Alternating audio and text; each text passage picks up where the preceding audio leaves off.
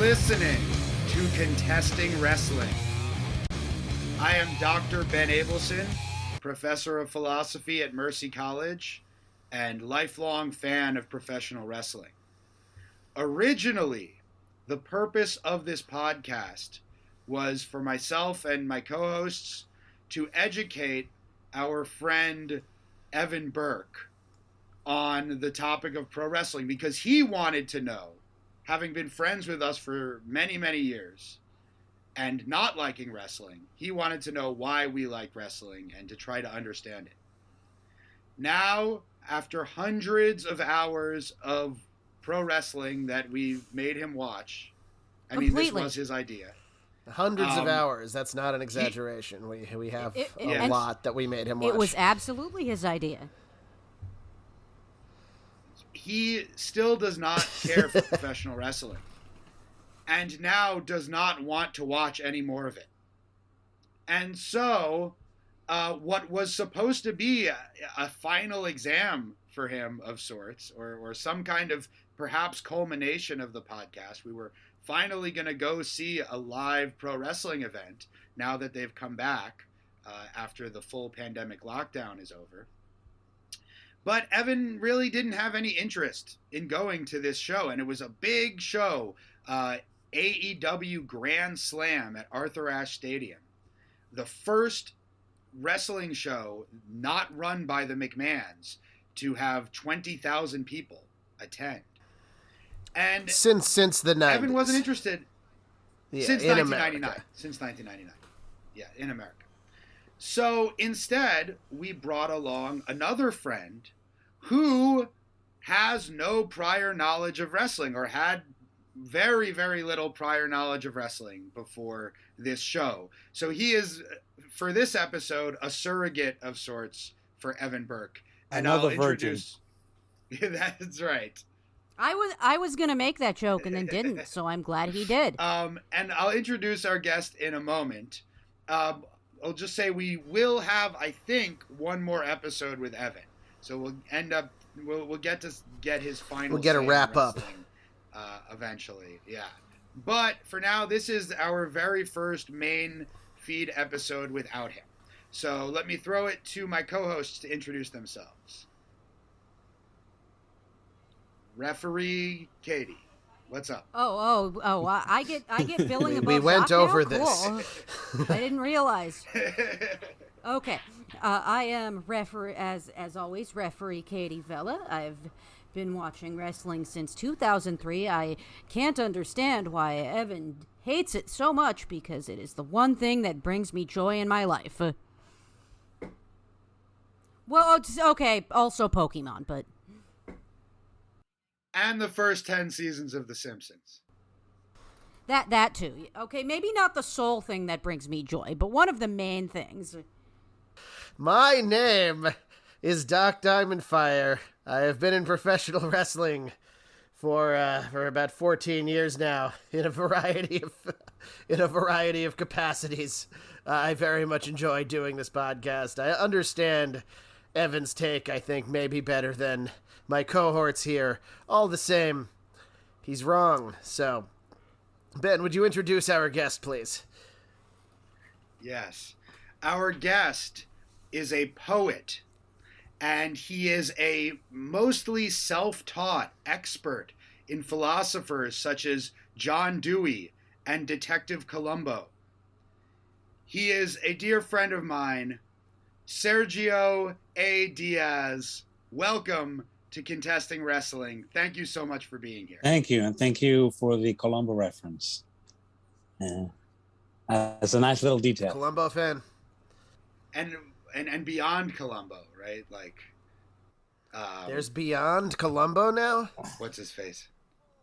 Well, depends on where you want to go, but if I don't know if Ben means this, but I've definitely gone a little crazy over Star Trek lately. Then. Is it like those burgers where it's Columbo, but he has no actual meat in him? I don't get it. Which ones? The Beyond Burgers. They're complete. Those vegetarian. Excellent. Damn it! Laugh at my jokes. That would be the Impossible Columbo, but yeah. I meant Peter Falk Oh, beyond definitely, Columbo. definitely. Yeah. Anything I managed to Star find. Trek as well. And Sergio is a very creative Instagrammer. I'm always entertained by whatever you're watching. You twist and distort in various ways, and then present it in your Instagram stories. I'm glad my amusement. I'm glad that my anxiety can serve a purpose beyond self-relief. So Sergio, the question that Evan generally asks our guests is one that perhaps is slightly less appropriate for you, as you are not a big wrestling fan, but I think having attended this show, you might be able to answer it to some extent. So the question is this: why, of all the things that exist that one could spend their time with, do you think that someone should or would reasonably spend their time watching or participating in professional wrestling? I think that's like a very huge question. Like, I appreciate that you think I can answer it given my attendance, but if I can turn it around, I can make it more personal and begin with something very pedestrian. Like, why would I do it to begin with? Like, it'd be two reasons. First, in my case, it was friendship. Right, so a friend said, and I'm saying it because I'm thinking almost from the standpoint of church. Like, why would someone go to church? Well, my friend invited me. And you do have a religious background. Exactly. So if somebody said, like, why did you join? Literally, back then, it would have been because a friend invited me to church. Right? So, but then, of course, there's the other element. I do have I was born and raised in the Dominican Republic.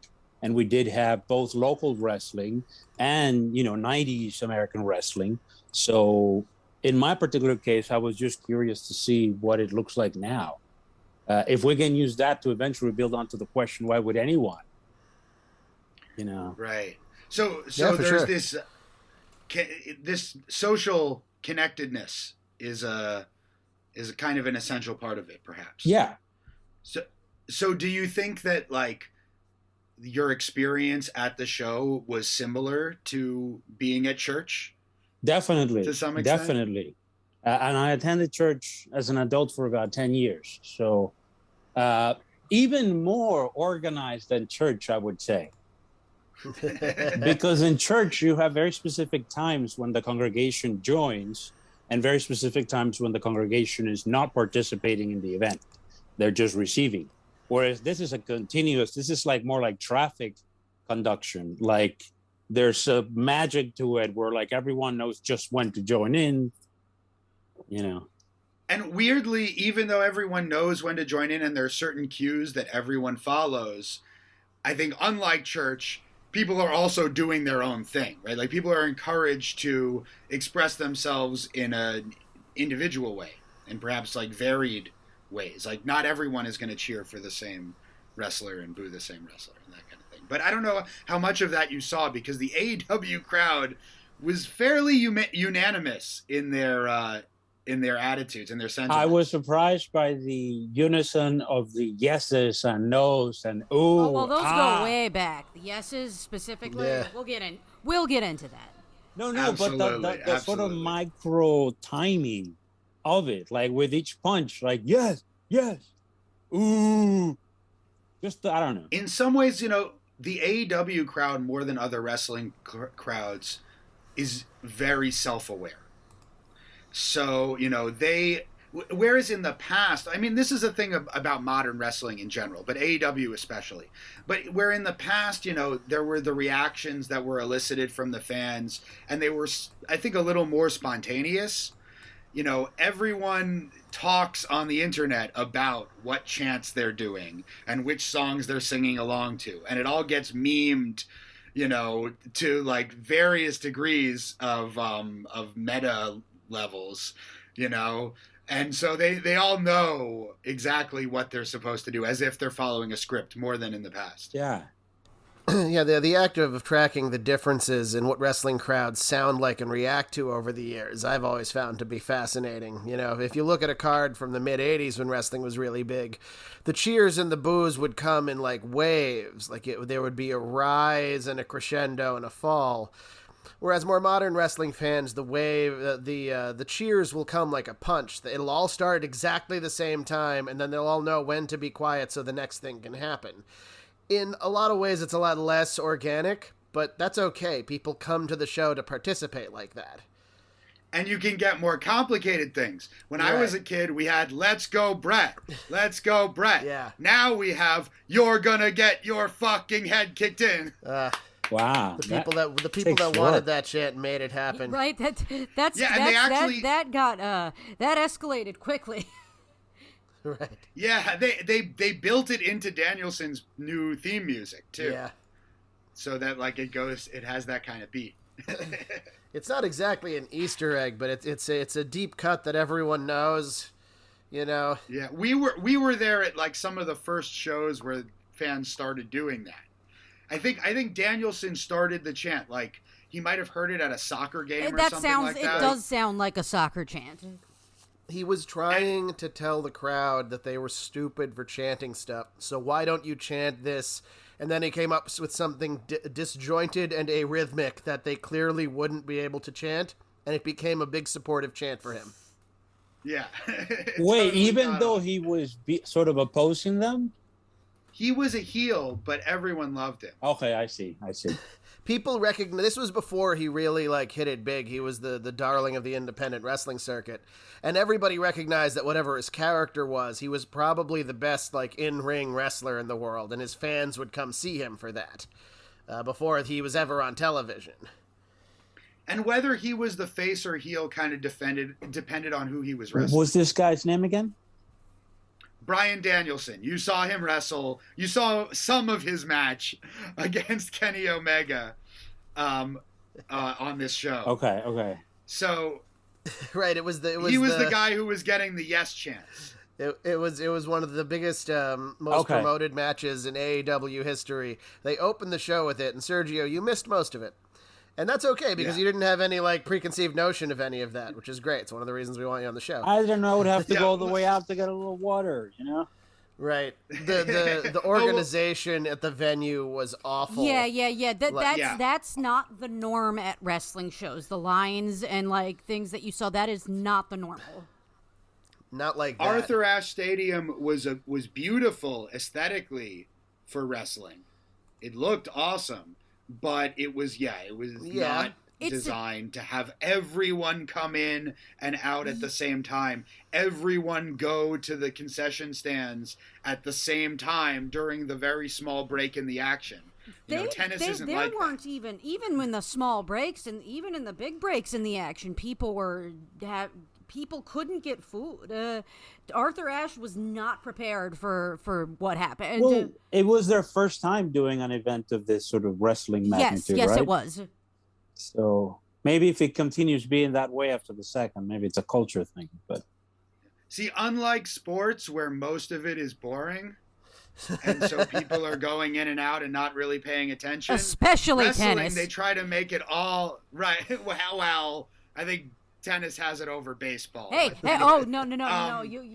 You shut your mouth, Ben. You shut your mouth right now.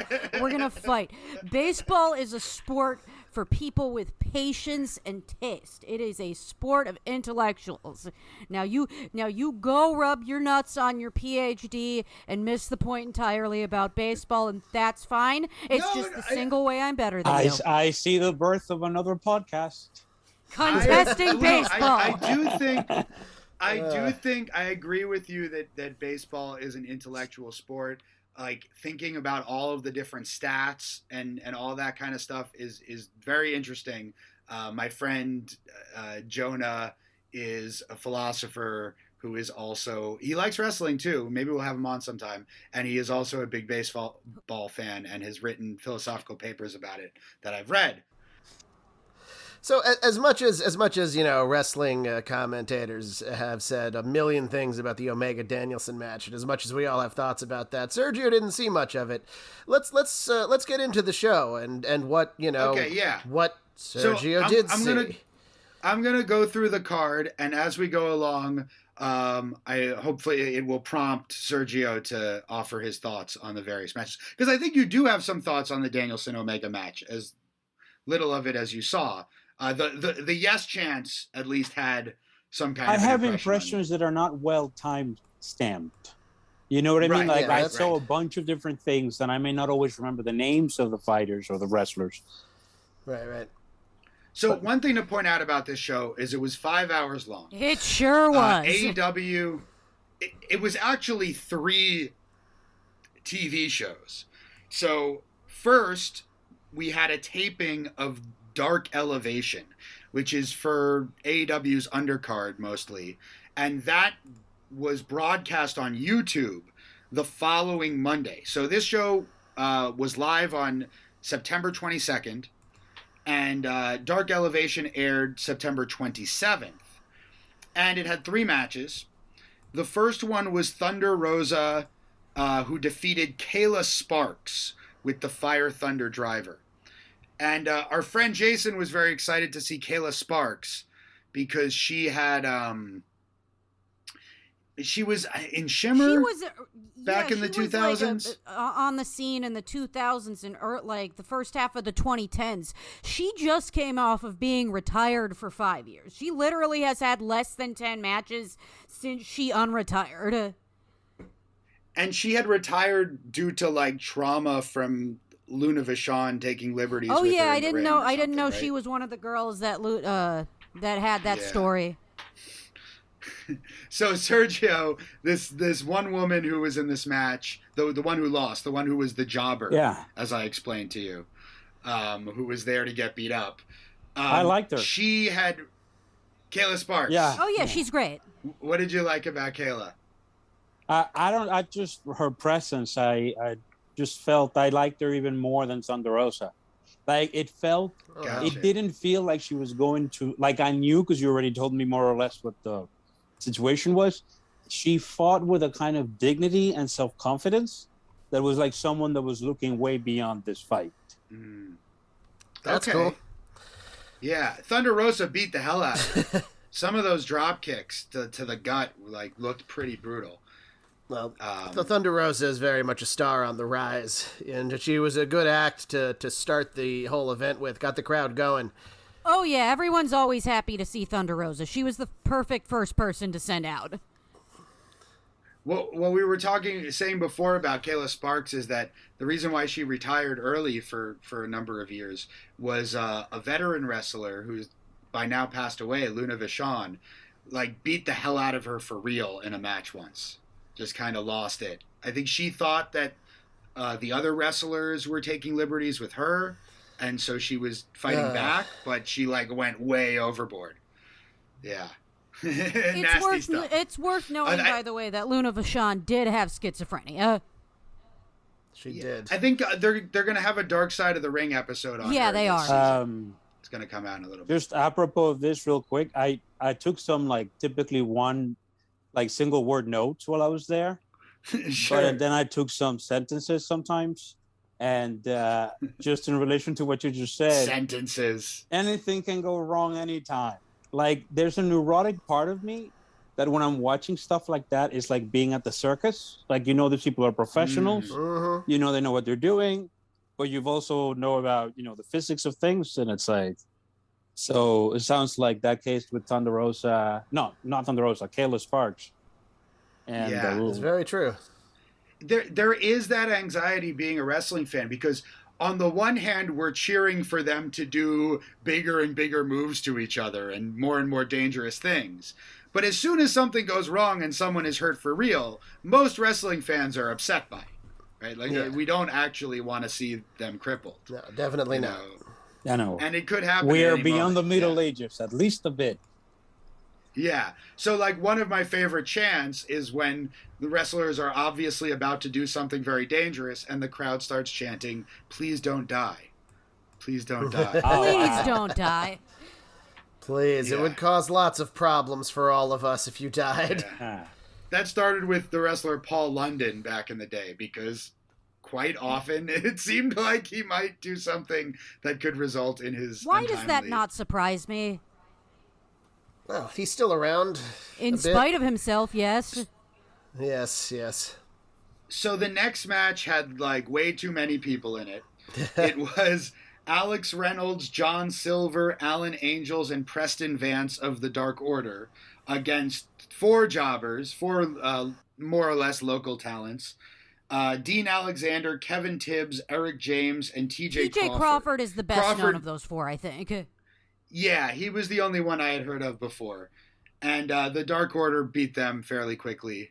But I remember, Sergio, you saying to me that you were a little bit more impressed by this match than the first one.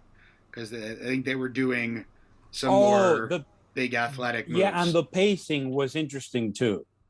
It just, now that you mention it, it just felt like part of the thing for me that I mentioned real quick last time was the sense that in terms of suspension of disbelief, how does a viewer maintain that? And I remember thinking with that fight that the pacing, at least for me, like as a person beginning to watch live, that made all the difference. Because I may be thinking for a second, like my brain wants to be like, oh, come on, these people, like we know who's going to win. And then I'm like, oh, whoa, look at what he did now. Like if the pacing is too slow, I start thinking too much. Okay. Especially when it's just two people on the ring. It takes very skilled wrestlers to do the slow match and keep everybody going. But the most skilled wrestlers can slow everything down a lot and have everyone on the edge of their seats waiting to see what happens next. But yeah, and imagine it's a criticism of this style of wrestling and of modern wrestling in general that they sort of resort to the cheap tactic of dazzling you with constant moves instead of really working. But the truth is, you know, especially with these 8-man matches, you gotta do all of that stuff all at the same time to catch people's attention, especially newer fans, of which AEW are making a lot of.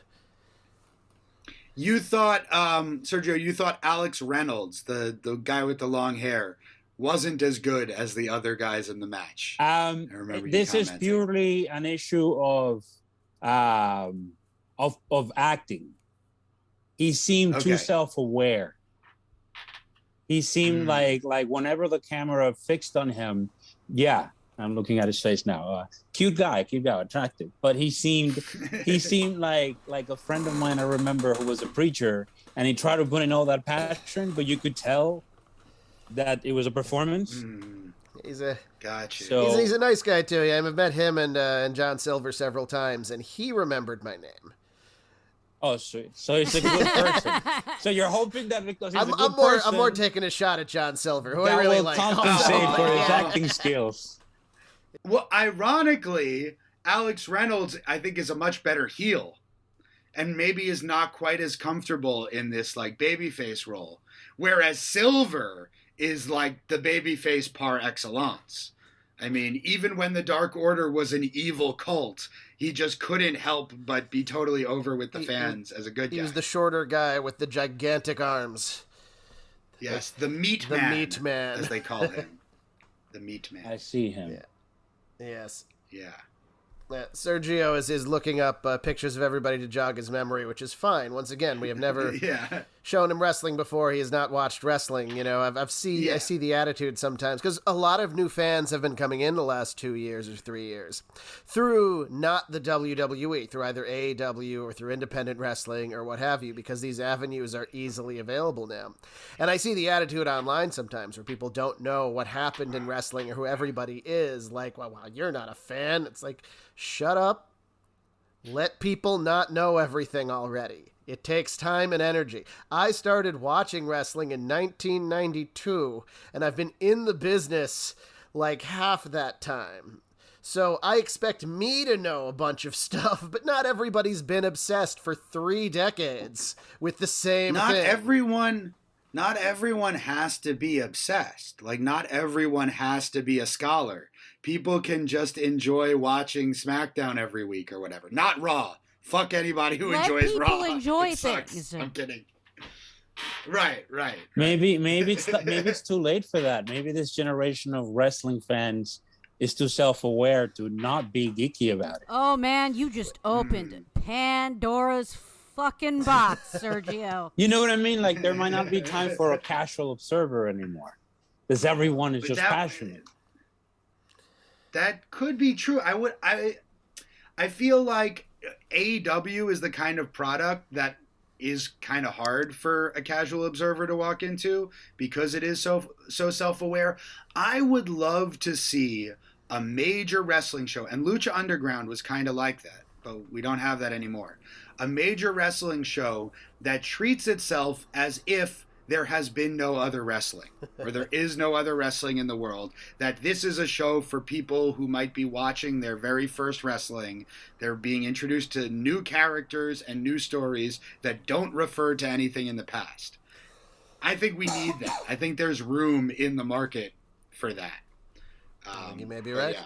Well, I don't know if you heard, but the Pentagon released an 8-page document in the summer saying that there might be aliens. So we might just need a different market altogether.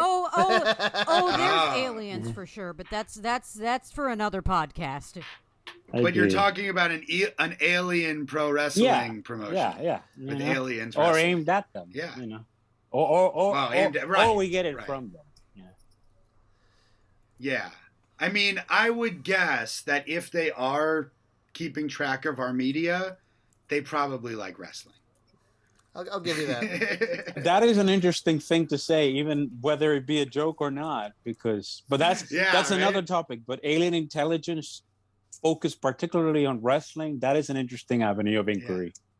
Yeah. I mean, especially when you have guys like in the following match, and perhaps the only wrestler who you recognized here, the former Big Show, Paul White, 7 foot tall guy. Yeah, tall Paul.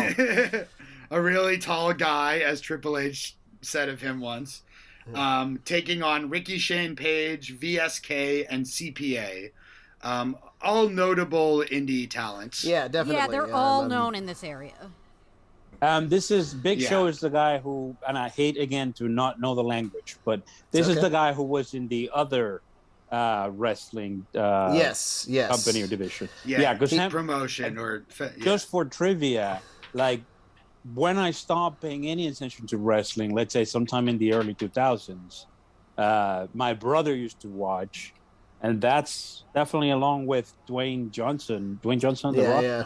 Yes. Like that's the last generation of DTRJ, as some people. Okay, that's the last generation of wrestlers that I know anything of. But really, I really go back to Hulk Hogan and Randy Machoman in terms of the only ones that I actually followed a bit. So how much wrestling did you watch back in the day? When I was a kid, it was like I would literally say it was on par with Star Trek Next Generation. It was one of the shows, one of the things. It was a show available. that was on. Then when my brother and I moved to the States, he went through a little obsessive phase. And by that time, already at 16, I was already like, I'm too grown for that. Like, gotcha. Grow up. I felt that way too for a couple of years. Yeah. I started watching wrestling when I was 14. And you've been faithful ever since. Correct. I didn't start reconsidering until like 3 or 4 years ago. Correct. Got you. I went until you met me. Well, we've known each other a little longer than that. But we've only really been hanging out for that much for that long. Exactly. But honestly, it was another person. It was the combination of talking about it with you and talking about it with a poet who used to do poetry at Bowery Poetry Club. And he just talked about it in such a way that I was like, wait a second. There seems to be a lot more here than I thought. I know. I got you. Did you ever talk about it with our mutual friend and sometime listener of this podcast, Thomas Tremberger? I don't. It's been too long since we talk about those things. I'm sure that he would have managed also to get me to think about it differently. So what did this poet say about it? It was just sort of interest you. I'm very interested in what I call kind of meta modern culture and this combination of sincerity and irony. And so I was exploring those concepts when I'm crazy, I forget his name now, but this great guy poet told me about it. And he spoke to me about heels and faces and about like just kind of giving me a little bit of the stuff that you eventually also told me as well. So just seeing what the mental constructions that went into a person watching wrestling. Just the mechanics of it fascinated me. Gotcha. So that being said, so after Paul White dispatched of these three guys, we got the beginning of the main show, the live Dynamite, AEW Dynamite. And at this point, Sergio, this is when you decided to take a break, not realizing, like, you actually asked me as you were leaving, you're like, so they're probably going to ramp up, right, from some, like, less important matches. And I couldn't really give you a full answer before you were like, you know what, I'm just going to go get my water. And, but little did any of us know that they were going to start the show with one of the most highly anticipated wrestling matches of all time. 5 stars. The American Dragon, Bryan Danielson, taking on AEW World Champion Kenny Omega in a non-title match. But it was Danielson's first match with AEW, and they fucking killed it. I mean... yeah, it was not surprising. It was an incredibly excellent professional wrestling match. They went 30 minutes to a draw. It was like the first 30 minutes of a 60-minute match.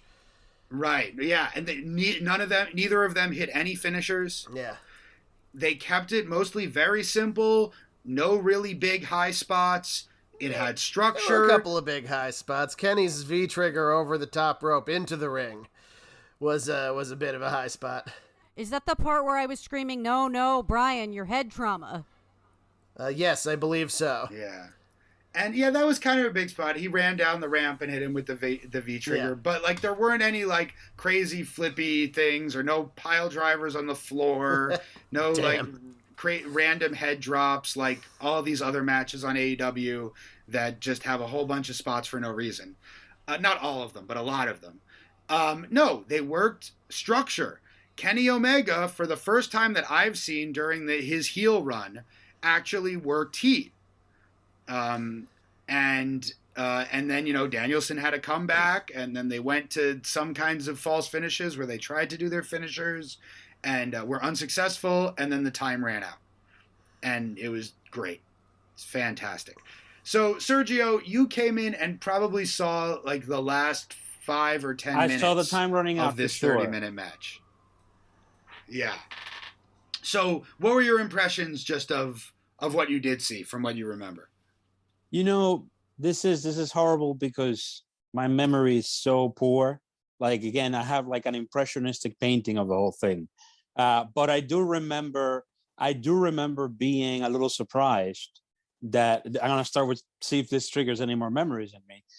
Just the very end, the fact that the time ran out, I honestly didn't remember that could be a possible ending for a wrestling match. It almost never happens. It's not a common thing. Yeah. It was the right finish for this match, but like time limit draws almost never happen. I think that's the first one I've seen live.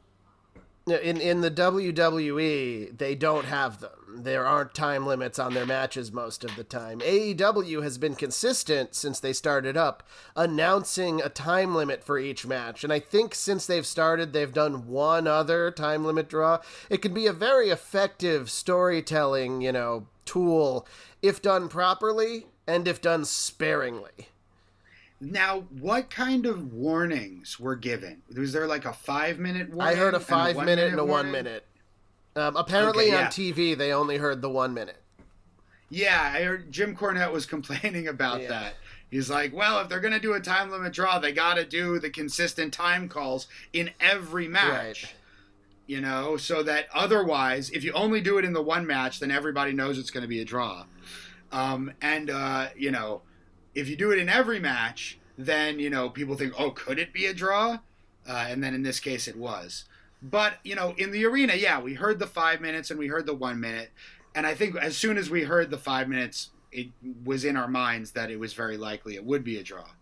And, the crowd reacted in the way you would expect, where at first they booed, because they wanted a finish. Right. But they were so happy with how great the match was that they very quickly forgave the fact that it was a draw. And that's the complex psychology of wrestling fans to some extent. Something is coming to me during the fight itself that I do remember. Yeah. And this is going to sound like a criticism of the art, but it's probably more for clarification from you guys. The bits where they seem to just like go at it, like they were both tired. Yeah. And then there's just like, one punch, one kick. And they're punching back and forth. Yeah. And that's when you get the yes, no, yes, I think no. maybe this is part of the reason why I sometimes lost track of the actual fight, because I was more fascinated by the fan reactions. Yeah. That's good. That's the thing that Evan never actually got. Good premium all the episode. wrestling Evan we showed willfully him. didn't want to get things, though. You know. But I feel like at one point he wanted to, but I think Evan has I don't know. I don't really want to make this judgment about him, but whatever. You can cut this if you want to talk.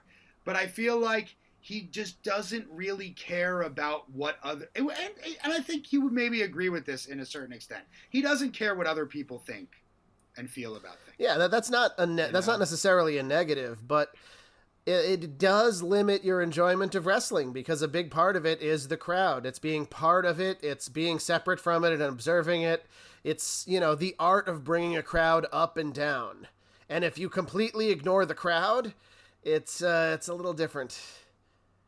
So actually, Sergio, very good observation. If you're looking at the crowd, you're already doing things right. Well, I mean, we were all the way in the back, so I had more you access could see all of directly them. through my eyes to the crowd than to the...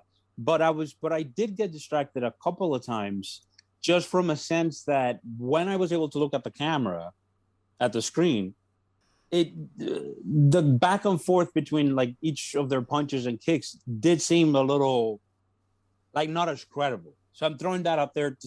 So as just something that you're watching in front of you, I think that back and forth thing is meaningless, as is most of what wrestlers do in the ring. What gives it meaning is the fact that the crowd is reacting to it the way that they are. I think that is why it worked and why I wasn't so distracted by it. It's more like it was like a nagging thought, but then I would look at the crowd and I'm like, oh shit, this is really...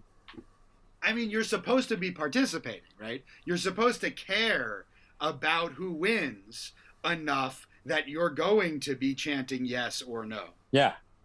A yes and no, yeah, one way and or once the again, Evan was never able to connect with, like, caring about who won or not, I think. Yeah. He also never was into like any kinds of sports. The only thing even kind of like a sport I ever talked to him about was like competitive StarCraft, which is awesome, by the way, but it's very niche. So Sergio, did you feel any way about, like, did you get invested in any of the matches to the point where you cared that someone either won or lost? I hate to be Mr. Data / Buck. I did not, because it's okay. It was to me like going to a very fascinating new church, and I'm too dazzled by all the stuff that's happening to truly sit down and be like, oh, you don't like, yet believe in their no God. like Jesus, like really consider Jesus. You know what I mean? I'm like, oh wow, the guy says Jesus. Huh? Yeah, you had no context.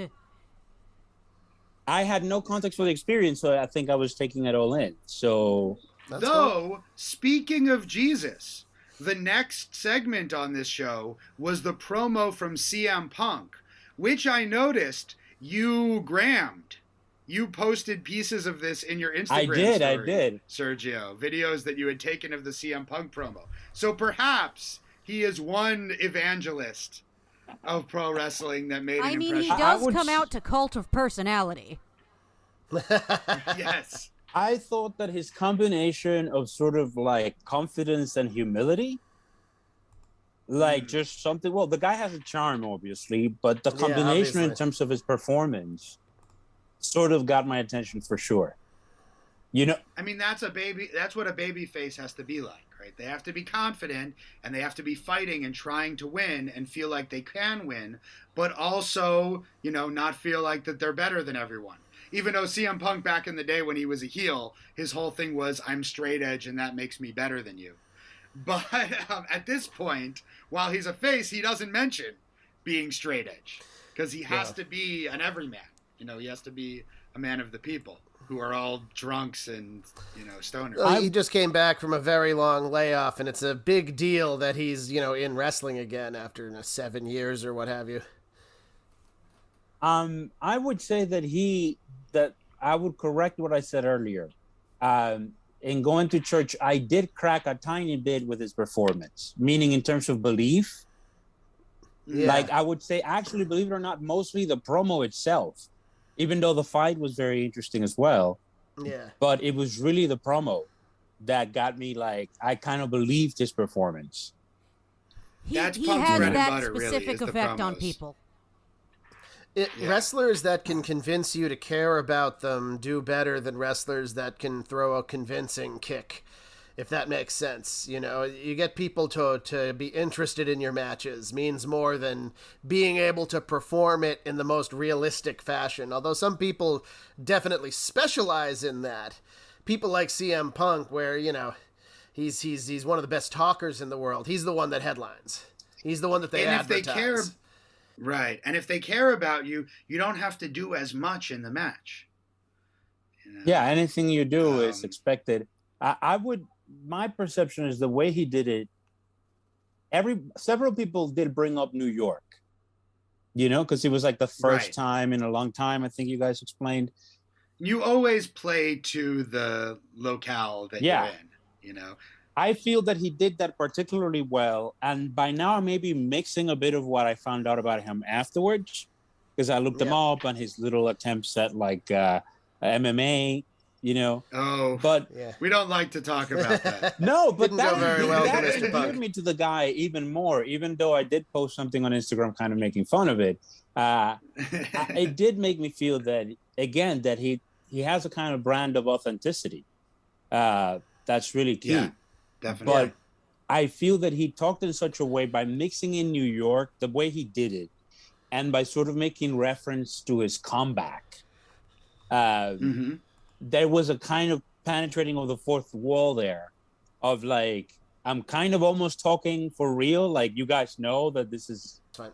But that there was a sense of like you guys know what we're doing here, and you're my friends and you're here to support me because I'm back on this career, and I really want to, keep going. Yeah. We're all in the club. When we first started watching CM Punk in Ring of Honor, he would start the shows sort of addressing the locker room as much as he was addressing the crowd. Like, all right, we're going to try to have a really good show here tonight, we hope you all like it. And then he'd sign off at the end as well.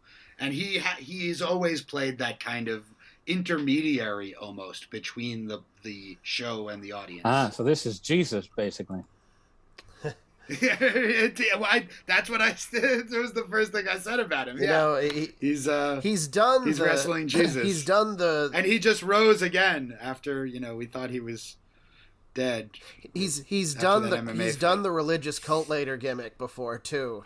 Amazing. And it worked. Yeah, it worked very well for a little while. So, all right, there are a bunch more matches. I want to talk a little bit about the next one. I don't know if you remember it that well, Sergio, but MJF, Maxwell Jacob Friedman, who is my favorite Jewish wrestler these days, and possibly my favorite wrestler in AEW, maybe besides Orange Cassidy, against Brian Pillman Jr. And he beat Brian Pillman with his armbar finisher, the Salt of the Earth. But MJF has my favorite heat of any wrestler, probably going today at all, but especially in AEW. The control and the pacing and the way that he displays his character while he's beating the hell out of the babyface is just unparalleled. Man, he is a heel in a way that very few people are able to pull off anymore. Right. He's able to be genuinely offensive, but not in a way that's like deserving of cancellation or internet uproar. Yeah, he's just really mean. If you dig enough, you can find the uproar, but it's, it's pretty fringe because he's just playing a character on TV at this point, Yeah, he knows how to actually piss you off in a wrestling kind of way. What I can say is I remember liking him, and I Yeah. remember that he again had a bit like CM Punk in a different way, sort of, even though very different vibe. I could believe his character also. Yeah. Yeah. He's perhaps, for me, the most believable of anybody they have. Because it feels genuine. Like seems like a genuine dick, and he seems like a real spoiled rich kid, who also happened to be a great athlete, Yeah. and is greedy just for more money and power. Who doesn't want more money and power, right? I'd like more money and power. And a harem. Right. Yeah. The heel thing is that he gets the money and power, Right. and you want to see him get knocked off. Yeah. Well, it didn't happen this time. No. They did the hometown rah thing with Brian Pillman Jr. in a previous episode of the show. Yeah. Right. And How did fine. this one finish? What was the finish? The armbar Oh, submission. thanks, because I didn't know either, because this is the match where I tried to get food and failed. Come on, Katie. I'm the only one who's supposed to not be a good student here.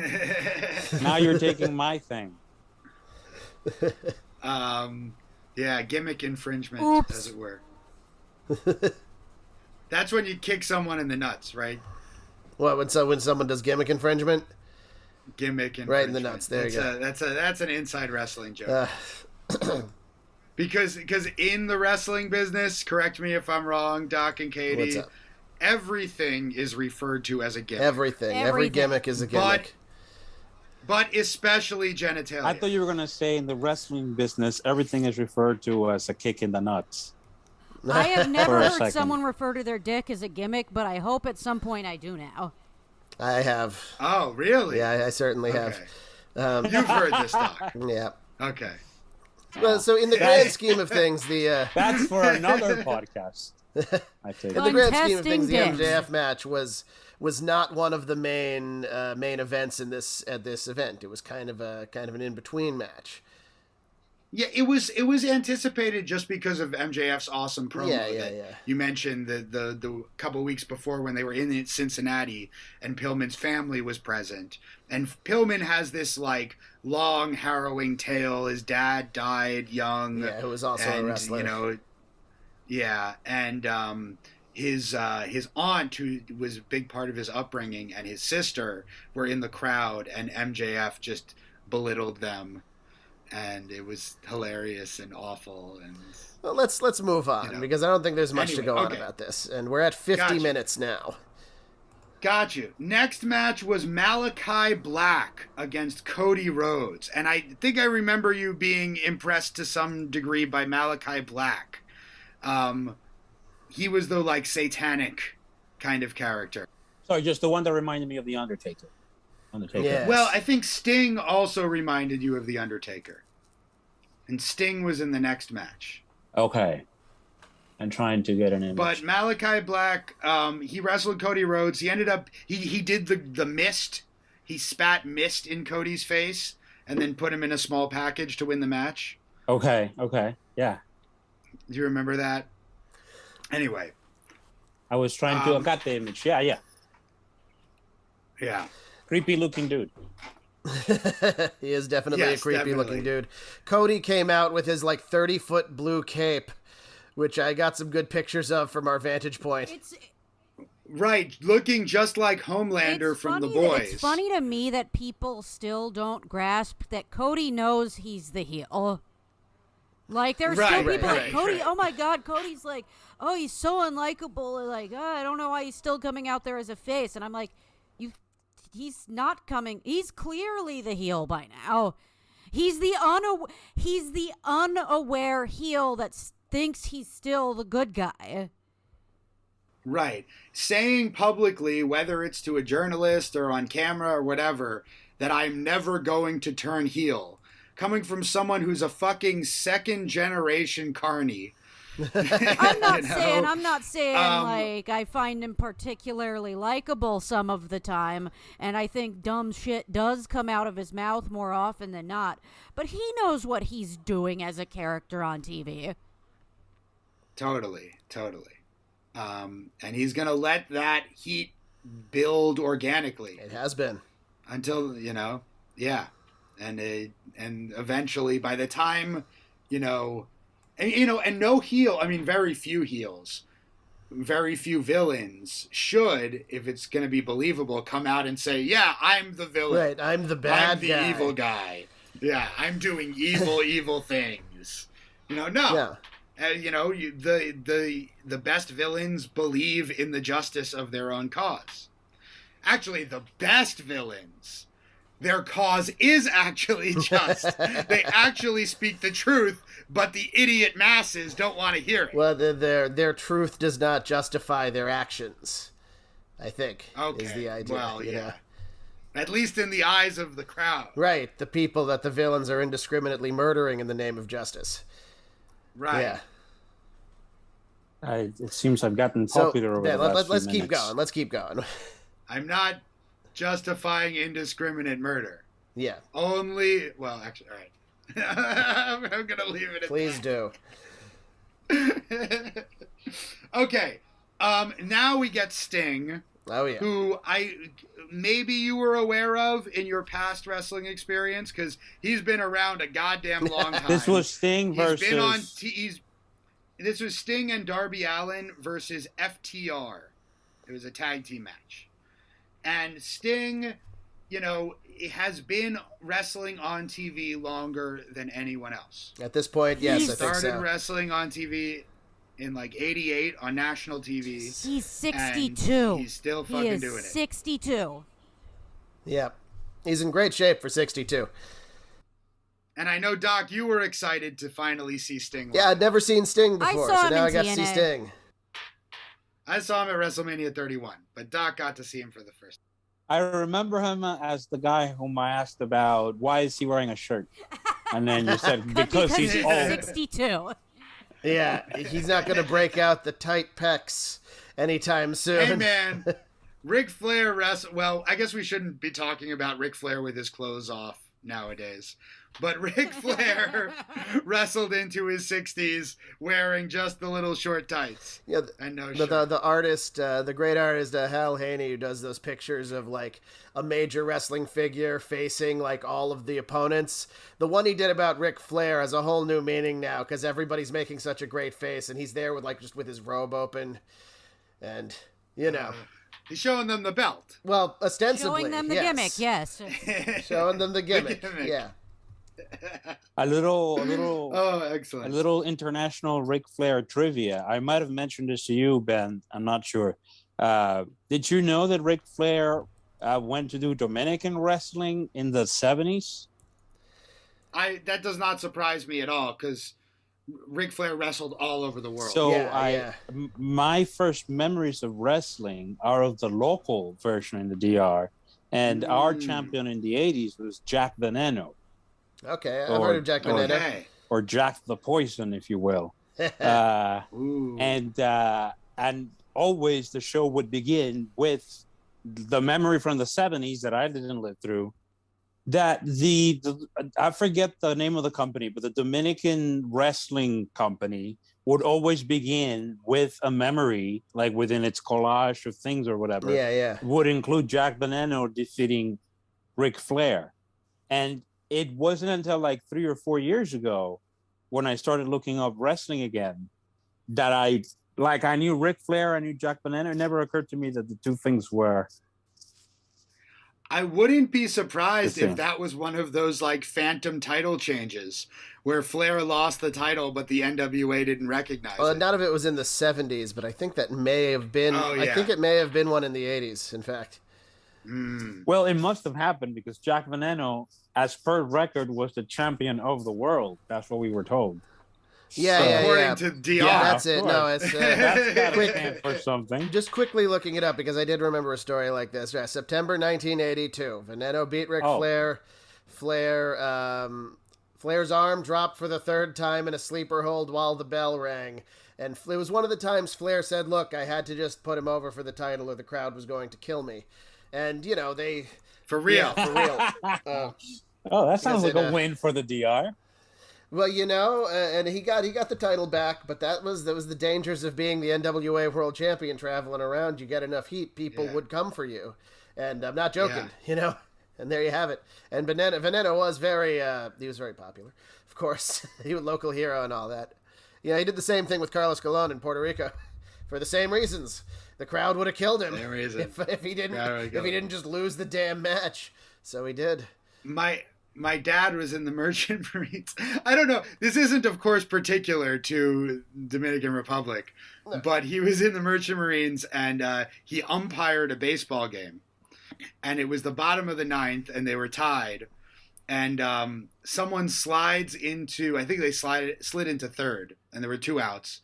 And there's a big cloud of dust goes up. And my dad couldn't see whether he was safe or out. And he went, out.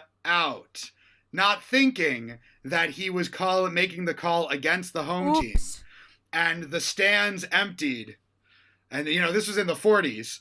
And the stands emptied, and they chased my dad all the way back to his ship.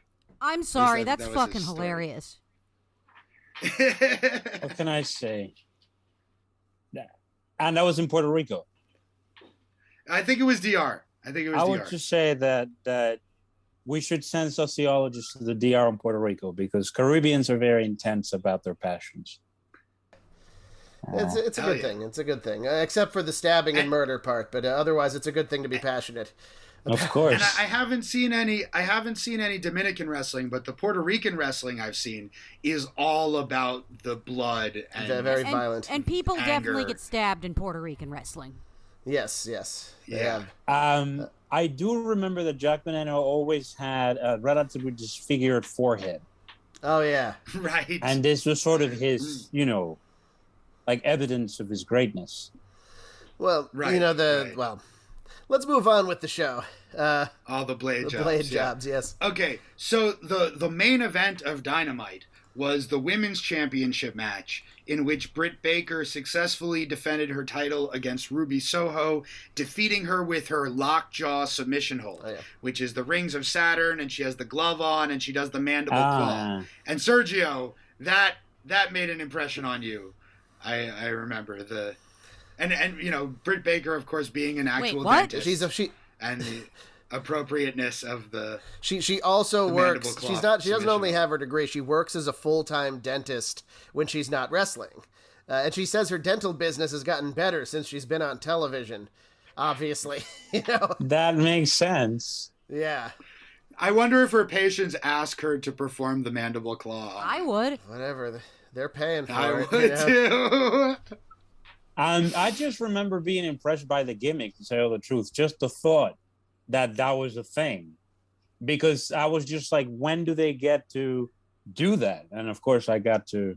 Yeah, it's really hard to try and be, have a doctoral degree at the same time that you're pursuing becoming a professional wrestler and working as both. That's gotta be. I can only imagine, really Ben. I can only imagine. Yeah, only imagine. She's not chasing the random indie bookings anymore or whatever. She wrestles when AEW wants her to, which is once or twice a week, and the rest of the time she's kind of free. I mean, she trains, obviously. She's in fantastic shape. But other than that, she goes to the office and she fixes people's teeth. That's the cool thing about AEW is it's allowing people to have different kinds of wrestling careers where they don't have to wrestle 4 times a week in a different town and completely burn themselves out in a few years. If they're worth it, they can have this sort of lightened schedule. And I think that's another thing that we should point out about this show, and that I mentioned to you when we were there, Sergio, is that AEW is very much the alternative. And the fans see themselves as being this, part of this rebel movement against the WWE. And that's part of the, fervor of this particular audience. They very much identify with AEW's success as being the success of people who are, disenfranchised with the WWE. And so what they stand for then, is it a sense of more literally better conditions for the wrestlers themselves and also sort of more artistic autonomy, it seems? Yes. Creative freedom, absolutely. Yeah. Yes. The wrestlers, and that there's pros and cons to that. So the wrestlers do definitely have a lot more say in how their matches go and things like that. Tony Khan, who runs the thing, is open to their suggestions and input. They're encouraged to bounce ideas off of him. But with that, comes a little bit less quality control, right? So they do a lot of stuff, and it's fun, and some of it is really good, but then a lot of it is just kind of amateurish because it doesn't have that strong editing that you used to get from Vince McMahon. Nowadays, I don't really trust his editing too much. Jump cuts. Yeah. But I think Tony Khan has actually been taking a little bit stronger of an editing role recently because he's realized that you can't have too many cooks. It's hard to strike a balance that pleases enough people between tightly scripting your show and giving artists that want freedom. And this is all purely like fan debate, but they're questioning, like, is Bray Wyatt going to show up in AEW? On the one hand, it's the only place other than the WWE he can make real superstar money. On the other hand, like, he's going to have probably more creative freedom, I guess, than when he was in the WWE that really already kind of let him do his thing. But he can't dominate the show. He can't, like, cut 20 minutes out of Dynamite to be the separate Bray Wyatt circus. Maybe he'll lead the Dark Order, but probably not.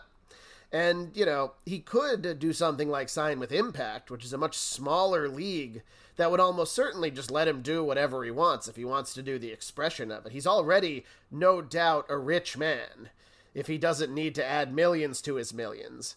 But that's, it's a question of, anybody who is, if you're an artist or if you know any artists of any kind, you know what I'm talking about. And if you don't, you should meet some. They're interesting people. So speaking of which, this women's title match was a great match. Oh, yes. I enjoyed it a lot. It was great seeing Ruby Soho get to do her thing. Speaking of creative freedom, she was someone who was not given a prominent role in WWE. Never, despite the fact that she clearly should have had one the whole time. Yeah, now she gets to have her cool theme music given to her, especially by Rancid, allowing her to use the song Ruby Soho. And I thought, they really killed it. It was, to be in the main event after Danielson Omega is a very tall task. And I think they pulled it off as well as they could possibly be expected to. I think they knew they had to do it, so maybe they did a little too much in this match. But, I don't really have much to complain about there. This was another case where I kind of wanted the heel to win. Because I did like... Well, she did. Yeah. Okay. I have forgotten that she did. It's hard to tell whether it's the heel because she's cheered so wildly. Yeah, and I think it's working for now where they're just letting her continue to be a heel while she's being cheered. But for storytelling purposes, I feel like they're going to need to figure that out. Yeah. They're going to have to kind of decide. Yeah. And she's got it. For one thing, I think she should stop doing things that directly pop the crowd, like when she does her husband Adam Cole's moves. Especially now that he's there to do his own moves. Right. And they're both heels who get cheered. And Adam Cole's music hit #1 on the iTunes metal charts, which, I mean, metal singles are kind of a dead genre, but that did put it in the top 40 briefly of the iTunes pop charts. All right. Well, we're going to get up to Adam Cole in just a minute. Okay, so that's the end of Dynamite. Now we start the taping of Rampage, which aired that Friday, the 24th. And the first thing was Punk's match against Powerhouse Hobbs, which I thought was pretty good. Hobbs is still kind of green. He's very impressive looking. He has great facial expressions. He moves really well for a huge guy. I thought Punk didn't seem quite as sharp as he did in his earlier match with Darby Allin. He did some things that I wished he wouldn't do anymore, like those martial arts kick combinations that look like he's never fucking taken a karate class or anything. I did notice that. He spent the last 5 years training in Brazilian Jiu-Jitsu and MMA. You'd think his kicks would look a little better. I hate to say this, but as a former, like, not an expert, but amateur martial artist, even in the MMA fights, you could be like, really, dude? Like, those are your kicks? Those are your kicks? His MMA career did not go well. But at least the aesthetics, you know, he could have done some nice kicking. Right. As someone who's taken 10 jiu-jitsu classes and 1 Muay Thai class, I was watching his fight like, dude, come on, just like defend, you know? Yeah. He was in way over his head with that one. But this match, he picked up Powerhouse Hobbs over his head and hit the go to sleep and won the match. So Punk continues his comeback tour. And I'm interested to see what happens when he turns heel, because he can't be the smiling baby face for that much longer. It's already starting to wear thin. He keeps, every time he'll leave after something, turning and looking at the heel tunnel, because they have the 2 tunnels. He'll look at the heel tunnel and then go out the face tunnel. Oh, right. I want to make a quick observation about that. So they have the heel tunnel and the babyface tunnel. Cody doesn't come out of either of them. He comes out of his own entrance from the ground between the 2 of them. Brandy comes out the heel tunnel. Okay, I wanted to observe that. Well, she does run that Heels Club for women wrestling fans, which I have mixed feelings about. But now's not the time for that. We can talk about it later. Yeah. So the next match is the super... Sergio, what did you think? What did you think of Punk and Hobbs? If you have any impressions of that. Not very clear ones. Just that whatever happened, whatever I might say about his kicks, it did sell. Punk in particular. The guy who was fighting didn't make a huge impression. Okay, that's fair. But he sold it. Gotcha. Hobbs is the kind of guy that you watch him and you can think this guy's gonna be really good, but he, give him another year. So the next match is the Sergio. No, it's just that CM Punk had too much personality too. So it's like on top of the fact that the guy is not, Right. It was kind of like what we were saying before, is that like Punk doesn't really need to do anything in his matches except just be CM Punk. So it's like I dig the fact that Punk wants to like wrestle his way through all the cool up and comers on the roster, but he'll dominate them in the match. I don't mean like he'll do all his moves to them in a row, but it becomes the CM Punk match, and then whoever he's facing. Right. So he can't just do that forever, or else it's just going to be him beating up the young guys. Right. I think it'll be interesting if he loses to Ricky Starks. Yeah. Ooh, I would love that. I love me some Ricky Starks. I do love Ricky Starks. Yeah. Oh, Ricky Starks being the main guy in the stable that Powerhouse Hobbs is one of the kind of the goons. The main guy isn't Hook? I think it's Hook. I think the main guy is Hook. Hook is the Has leader. Hook wrestled yet? That's beside the point. Hook is the leader of that stable, Ben. Okay. Yeah. Hook. We all properly right. confused Moving him. on. I'm happy. Moving on. The next match is the Super Clique of Adam Cole and the Young Bucks, members of the Elite, against the Jurassic Express. That's Jungle Boy, Jungle Jack Perry, as it were, son of Luke Perry, and who you had never heard of, Sergio, which was weird to me. Jungle Boy and Luchasaurus and Christian. Is he Christian Cage again now? And Christian Cage. Oh, one of my first loves. The first thing to talk about here is, as we already alluded to, Adam Cole's entrance. The music, it's great. They hadn't quite fixed it for his motions, the boom, to match up with the music, but by now they have. Good. And yeah, everyone went fucking nuts for Adam Cole. I'm not a fan. I get it more now that he's in AEW. I get it, like, I wasn't... A little bit. I get it a little bit too. But his matches still annoy the shit out of me. This was fine because he was 1 out of 6 guys, well, it's him and the Bucks. It wasn't fine for me because if anyone immediately makes me check out of a match, I am sorry, it's the Young Bucks. Like Yeah, you no, could same, put same. they put him the Young Bucks in there with Christian Cage, one of my favorite wrestlers of all time, and I still had trouble paying attention because the Young Bucks were there, and nothing they do means anything. Yeah, Sergio, you commented to me during their entrance though that you noticed a lot of like 80s and 90s nostalgia in this show. Yeah. And particularly with them. Yeah, for a moment I thought it was just me, but I guess that's when you have curated a product properly. That's what Well, a product for people who have been watching wrestling since the 80s or 90s, you know, and are nostalgic for their childhoods in those decades, which very much is what AEW is about. And yet it did seem very fresh as well. Like it Well, they do like also bring in a lot of new fans. Yeah. Like not just homage, but like actually bringing it to today. Yeah, no, they struck that balance. They strike that balance pretty well, I think. Yeah, this match, you know, they did their fucking super click thing. They did a million super kicks. They did the BTE trigger, the double knee strike, and then he did what I guess it's not the last call anymore. It's the boom now. The shining wizard to the back of the head. I don't know. I'm not sure what they're calling it. They were calling it the last shot in NXT, but there you go. Whatever, it's over. It is, and we'll see what happens with them. I feel like CM Punk has been doing commentary on the last couple episodes of Dynamite, and he seems to like be taking subtle digs at Adam Cole the whole time.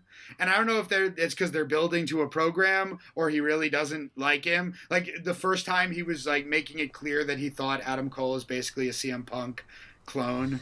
I don't think Punk is going to come in and like actively put anyone down without a purpose right now. Right. Well, he's not really actively putting him down. It's subtle. Yeah.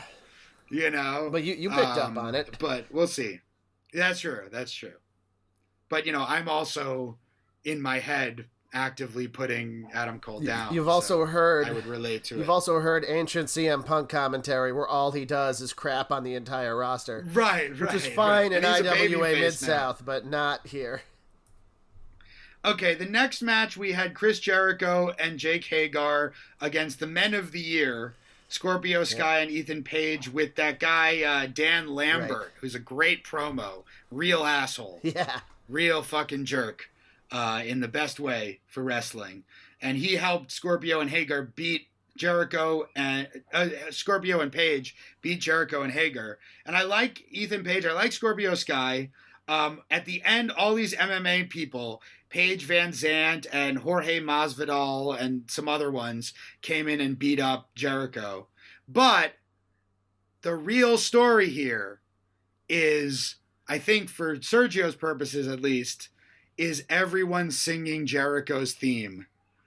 Judas in my mind as he came in. His own song, you know, an arena full of 20,000 people, every single person singing this guy's own song during his wrestling entrance. To me, there is no greater accomplishment one can have in life.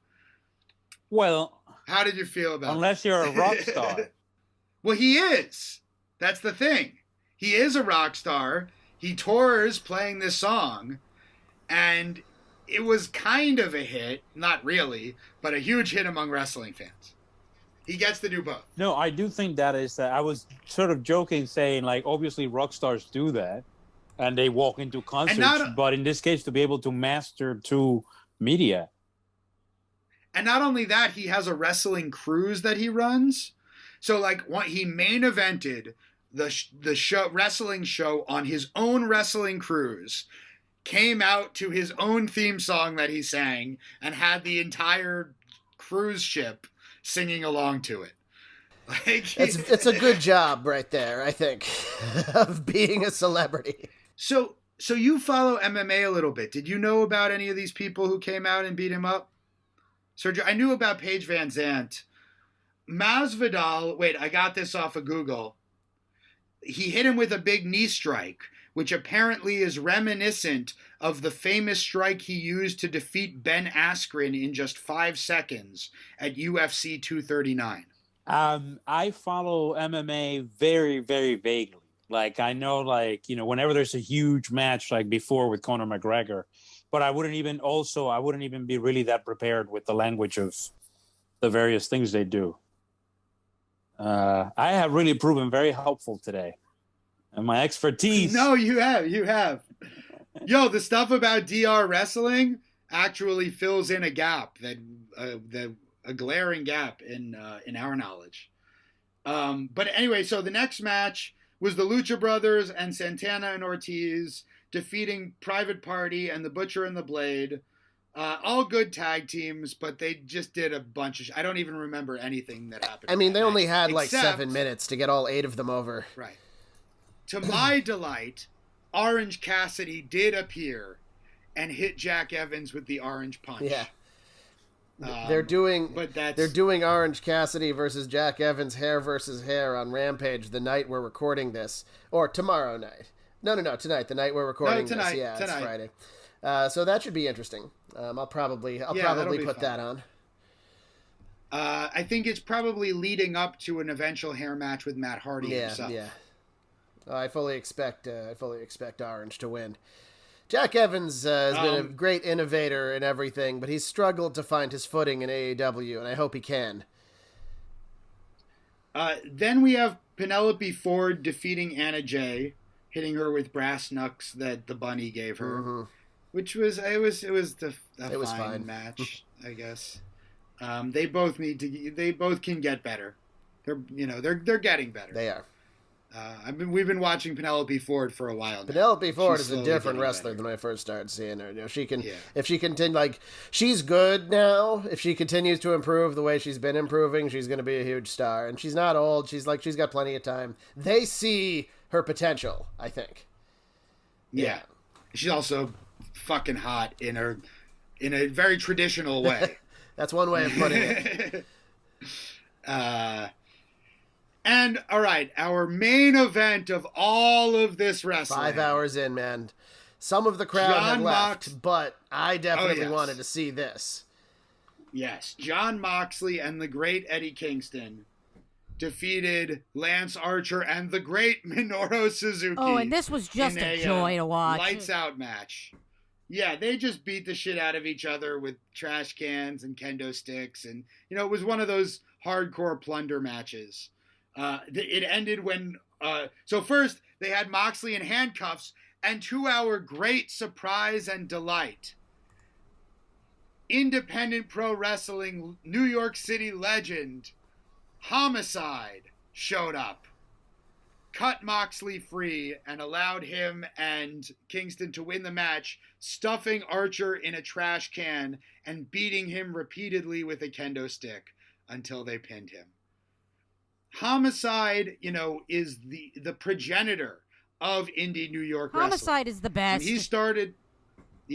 When he started the Doghouse, I think probably WUW, Johnny Rodz was the only game in town. As far as I know, as far as wrestling training. And he was a very traditional style, training guys mainly to try and get jobs in the WWE. Homicide started a school that was like, nah, we're just gonna fucking watch Japanese tapes and learn how to beat the shit out of people and do it in front of a couple hundred people. They were aiming to join ECW, but ECW stopped being a thing. And then at the same time, Mikey Whipwreck was doing like the ECW school. And so wrestling in the area, in the Northeast, indie wrestling was being developed by, on the one hand, Homicide, on the other hand, Mikey Whipwreck. And they were training for ECW, but when ECW folded, they had to do something else because they weren't going to WWE. No, definitely not. WWE looked at some of them, but no, not Homicide. Low-key eventually made it in for about 6 months. And then ruined it like he does everything. Oh, man. Any thoughts about this brawl, Sergio? I definitely love the haircut. Which one? Suzuki's. Oh, yeah. Oh, Suzuki's iconic... shaved shape. Suzuki is so great. He's like 53. He's like, wrestling fans will affectionately call him Murder Grandpa. Because he's not old, but he's older than all the kids. And he'll come in and you'll punch him in the face and he'll look at the camera and smirk. And then he'll punch you in the face. I remember that. Yeah. And I remember that there was also a lot of going back and forth with the sort of tired punches and kicks at some point. Yeah. No, they were selling the severity of the brawl. Actually, to go back to stupid Adam Cole for a second. Stupid Adam Cole. That's actually his official name. That's what all of the registered trademarks say. Yeah. My least favorite moment in this entire show, and I pointed this out to you, Sergio, when we were watching it, was Adam Cole and Luchasaurus, who I also am not a huge fan of. Ben doesn't like things that are fun, guys. Yeah. Is it because he's Latino? Huh? Who, Luchasaurus? Well, I'm only guessing because I hear Lucha. No, it's just because he's a fucking mark. Okay. And wears a mask, so he thinks he's a luchador. No, him and Adam Cole doing the thing where they hold each other and just punch at the same time really quickly. Oh, yeah. And it looks entirely fake. That was like one of those little dances in Dragon Ball Z when it wouldn't work. Like sometimes it would work and you would love it, but other times it'd be, come on, that's just too ridiculous. That's a great comparison. Luchasaurus, by the way, has a PhD in like history or some shit. Oh, wow. Oh, that's what it is. Ben feels threatened. No, you're the first person I've ever heard really say anything against Luchasaurus. More often it's like, how can you not love Luchasaurus? Is what I hear from most people. Yeah, I mean, I feel like I liked him when I first saw him. He's another guy that just does too much. Like sometimes it's okay you're a huge guy in a promotion full of mostly little guys. Be a huge guy. You can do flips. That's great. He's a dinosaur. You know? He's a dinosaur, and Ben. that's the thing is he wants to be a dinosaur, but he also wants to talk like an intellectual. He's a smart dinosaur. You never met a smart dinosaur before? But there definitely are intellectual dinosaurs out there. So yeah, well, actually, that's true. That's true. I have met Daniel Dennett. There you go. That's mean. Yeah, it is mean. I like Daniel Dennett. Well, no, actually, he was mean to me once. The last time I saw him, he wasn't that mean to me. But when I was a teenager, I was just starting in philosophy, and I went to see him talk, and I had a question for him, and I asked him, and he answered in one sentence, and immediately turned around and started talking to someone else. Wow. Maybe he heard you didn't like smart dinosaurs. Yeah. And now we have your wrestling origin story. No, but the last time I saw Dennett, it was NYU talk, and he was okay. Well, he probably had a full grown beard by then, and he could respect you now. Yeah. He's getting older, and, people mellow out a little bit. Hopefully. Right, no, yes, maybe it was my beard, yeah.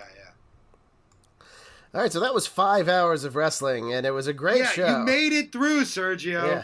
You made it through all 5 hours, with a couple of breaks. Yeah. I did want to say I wasn't prepared to go through each of the matches, but I don't know when you guys finished this, but I did hope that we could have some broader thoughts about the whole thing. Okay, because that's I'm feeling the need to redeem myself, on my knowledge of individual matches. Well, I guess maybe a good way is to tie it back up to the original question Ben asked about why would anyone, given everything they could be doing, and why would they commit themselves to wrestling? And I don't know, I have this mixed feelings because it's not the same thing, but I've become a huge sci-fi fan over the last year and a half, which I never was. So even though I haven't attended conferences, knowing that such things happen, like Comic-Con and whatnot, on the one hand, I can imagine, because now I'm a fan of Star Trek and things like that, if I were in a crowd full of people who are into the same thing I love, I can totally understand the feeling. On the other hand, there is an elitist, snobbish part of me that does say, literally the question you guys asked, the level of passion. I'm not fully yet aware of the why. Why wouldn't you direct that passion toward, social causes? Or well, if people cared in that way about, the environment. I do or have like some. I do have Medicare. some theories about that I've been sort of like reflecting on during the week. But the problem is that there's a danger of these theories making it seem like the passion for wrestling is misguided, and I don't believe that. But there is a sense that, I think we are in a polarized country now, and one of the ways in which we deal with the stress of literally the people in control potentially destroying all of us through anything, war, plagues, whatever it be, is we retreat into the things we're passionate about, and we go into it with a kind of even bigger vengeance. So to me, it's like I saw little signs, like we build assassins. Like I remember I wrote down like a number of little phrases, like among them was the American Nightmare. I don't remember context. So, but I was sort of... That's Cody Rhodes. Okay, that's his sort of nickname or something? Because his father was the American Dream, Dusty Rhodes. That is even more to the point. Like the generational switch, that is almost like eerie. Yeah. So, but I should say, I guess I'm just saying like some general reactions to it. So on the one hand, I do have those questions as to how much of this can be, like, I feel this is, the crowd I met was more tame than I expected. So they're passionate, but they don't feel dangerous. This don't feel like, this is gonna sound horrible, but like, they don't feel like a bunch of unstable, like, fans that are just like waiting to start punching each other. You suggested to me that sports crowds you've seen are more dangerous. No, I was at Yankee Stadium like a month ago, and I did not feel safe. It felt like they didn't feel like it was a high-stake game, but that if it had been something more important, like, that's it, you're done. You're in the subway. And well, remember, as Katie pointed out, you have to get drunk to enjoy baseball. Yeah, absolutely.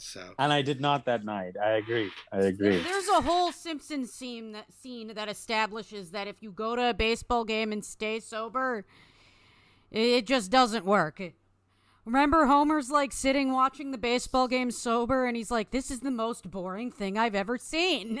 Yeah, the month Homer didn't drink. Sergio, I think part of what you might be getting to here is like the kind of bread and circuses aspect of wrestling. Like if we distract people and have them spend their passions on this sort of thing, then the politicians can get away with doing whatever they want, exploitation and endless war and things like that, and the people will be too pacified. Like the fact that we're not dangerous, right? That we are kind of tame and innocuous in our passions is part of the problem, even maybe. Actually, I saw it from a much more positive lens. Like I've been thinking a lot lately about issues such as like social infrastructure. So to me, it's more like, I think this is going to sound, I don't mean to put down your analysis, but like, I think in the early 2000s and 90s, we could be more concerned with that. I feel like right now there are so many ways of distracting us, and most of the relatively educated American public understands these things. Like if you told a wrestling fan that, hey, why aren't you more concentrated on like the political situation or whatever, I'm pretty sure they would have an educated explanation as to why. At least the ones that I met, I think it's an adequate sampling. But I mean, we tend to be my friend, our friend. Yeah, But I feel they would have an explanation. I do think it's a good thing to have groups like that, because if something were to happen in this country in the future, and someone managed to find a trick to mobilize people using the vehicles that already exist, that's already there. So I think maybe something to your point here is the idea that, like, unlike most of the things that we have to distract ourselves with, wrestling is social. It is community. You are around other people expressing your views and drawing connections, as opposed to like TV or movies or whatever, which, you can enjoy in complete isolation from anyone else. And maybe I'm going too far here, but I suspect also that the crowds that are into the current generation of wrestling fans, I think this is probably a controversial claim. I think it cognitively has an edge over people who were fans in the 80s and 90s. I think that's completely Yeah, uncontroversial. actually, people that actually think about this notice that kind of thing. Exactly. Okay. Sorry. It's like good. I'm just walking blindly into this. I don't know you what got the it. perception You're of the group observing is. properly. I think the only caveat to that is that wrestling fans nowadays are much more willing to kind of accept the conventions of the artifice. Yeah. Whereas you had maybe fans in the past who weren't sure whether it was real or not, like thinking a lot like, hey, that didn't look real. Whereas nowadays wrestling fans, it kind of annoys me that like a lot of the AEW fans will pop to all of this crazy shit that to me is nonsense. Yeah. You know, but other than style, that, man. I think you're right. Now, can I ask you guys the question that you asked me at first? Because I think that would help me just to, like, in terms of my own satisfaction. I think that would actually make a good closing thing for this episode. Yeah. You want to go? You guys want to go first? Like, why would people spend their time with wrestling as opposed to anything else? Well, because wrestling is really great. And I would only add with this level of passion.